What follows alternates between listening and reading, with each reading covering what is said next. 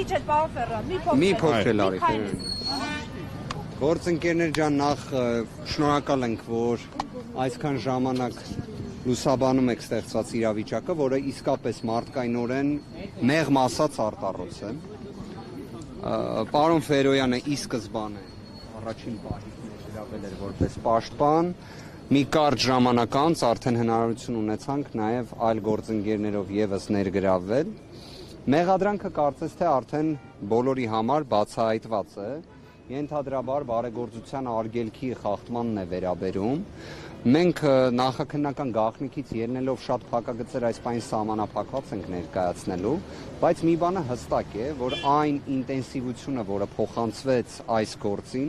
որի ոչ մի հիմնավորում առկա չէ, դա հստակ է եւ փաստ է։ Որ պատկերացնեք, մենք գործ ունենք մարդկային տեսանկյունից շատ ծանր իրավիճակի հետ։ Գոհարը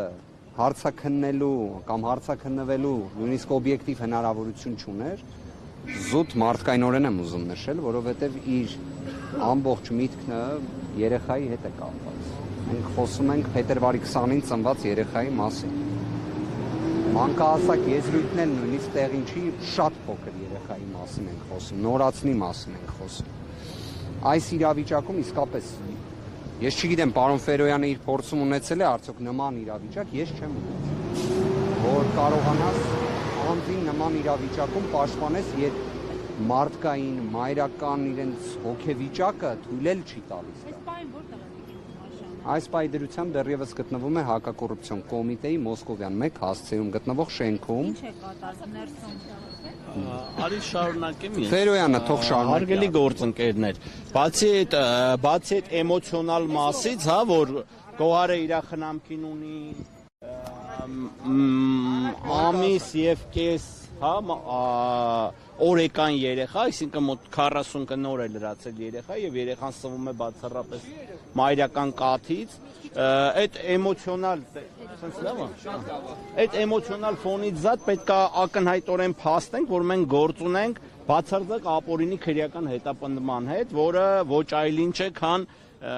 ակնհայտ քաղաքական հետապնդում։ Շատ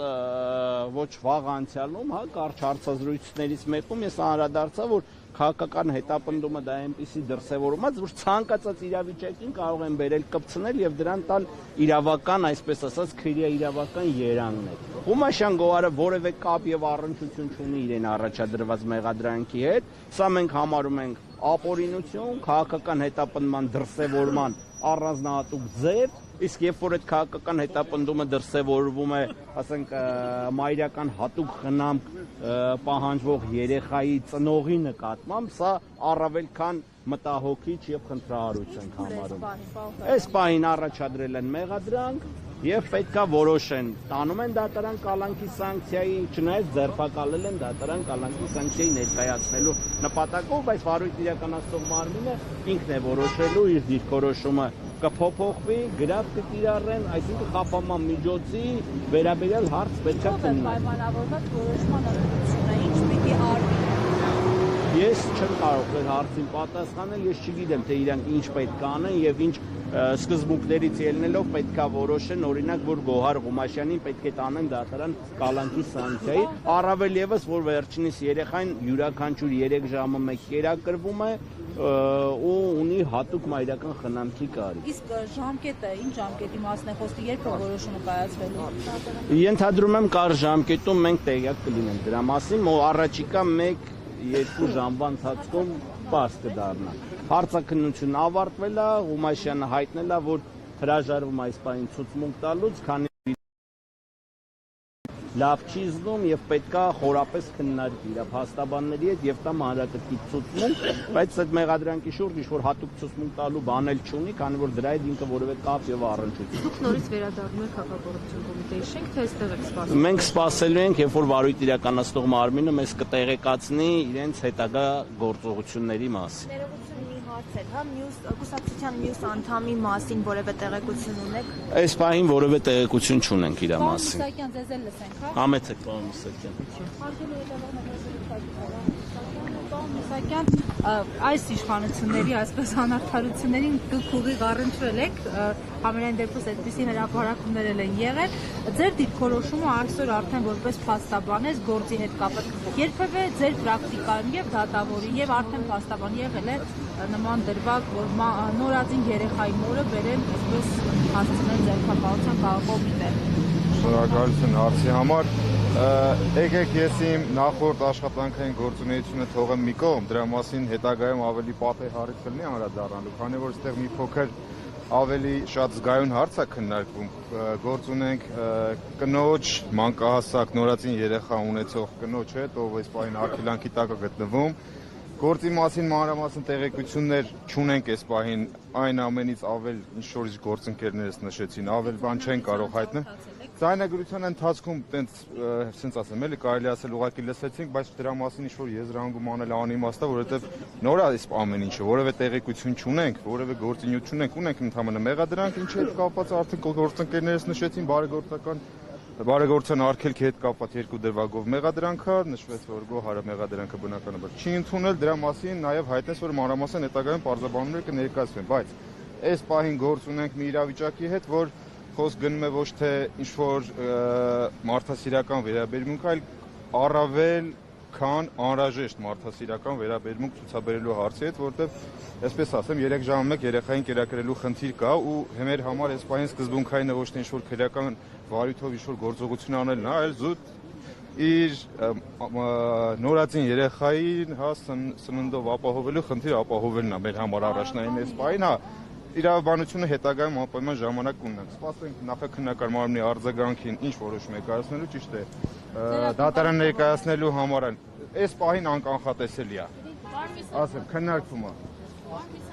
Նախաքննական մարմին իր աշխատանք անում, ես որևէ գնահատական չեմ ուզում այս պահին, ձեռը պահ չունեմ։ Սպասենք իրանց դիրքորոշումից։ Ամեն դեպքում ցանկացած դիրքորոշման մենք պատրաստ ենք, որևէ խնդիր չունենք, բայց ակնկալում ենք բացառիկ մարդասիրական վերաբերմունք։ Դուք կարևորում եք ինչպես է բնորոշում ծանր միջին ծանրություն, այսինքն ծանր հանցանք է,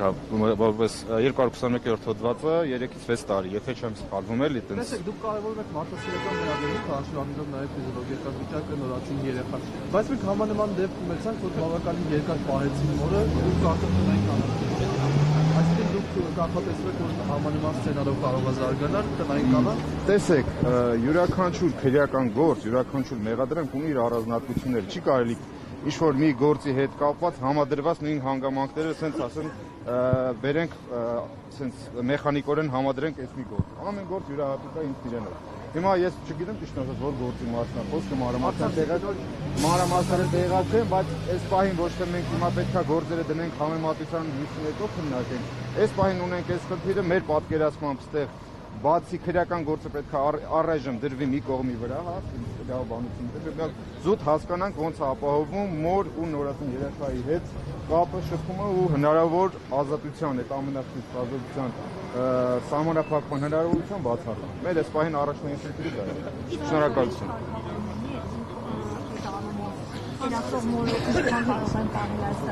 տեսեք, այնպես չի որ քրեական դատավարության օրենսգիրքը այս առանձնահատուկ ինչ-որ կարգավիճակ է տալի, բայց նման դեպքերում պրակտիկան է լուծում տալի որպես կանոն, թե նախաքննական մարմինը, թե դատարանները դրան առանձնահատուկ ուշադրություն են դարձնում ու համոզված եմ դա անպայման հաշվի կառնվի։ Շնորհակալություն։ Գործընկերներ ջան, տեսեք, իրավական առումով Սահմանադրական դատարանի 2025 թվականի օգոստոսի եւ սեպտեմբերի համապատասխան որոշումների պայմաններում կալանքը ինքնին որպես խափանման միջոց բացառիկ հանդիսանալու տեսանկյունից արդեն ոչ միայն եվրոպական դատարանի կայուն նախադեպային իրավունք, այլ նաեւ սահմանադրական դատարանի որոշումներ կան։ Այս գործով կալանքը ինքնին Ես չեմ պատկերացնում ինչ պատճառաբանություն պետք է գտնեն գործընկերները հակակոռուպցիոն կոմիտեի, որ ներկայացնեն, բայց ավելին էլ ասեմ, տնային կալանքը համարժեք է կալանքին։ Դա եւս ասել է Սահմանադրական դատարանը, շարունակելով կայուն եվրոպական դատարանի նախադեպային իրավունքը։ Սա ինչի համար եմ ասում, որ ինքնին նորածին երեխայի պայմաններում մոր նկատմամբ տնային կալանքի նույնիսկ միջնորդությունը որպես խափանման միջոց ընտրելու հարցի տեսանկյունից Եվս ինքնին հենց կրկին սահմանադրական եզրույթը օգտագործեմ, անհամաչափ է։ Խափաման միջոցը պետք է սահմանափակված լինի համաչափության սկզբունքով։ Այս դեպքում չեմ պատկերացնում որևէ մի փաստարկ,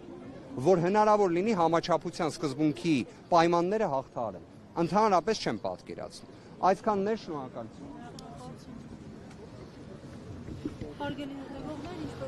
Հարգելի հետևորդներ, մենք զրուցում էինք փաստաբանների հետ, որոնք սպասում են հակակոռուպցիոն կոմիտեի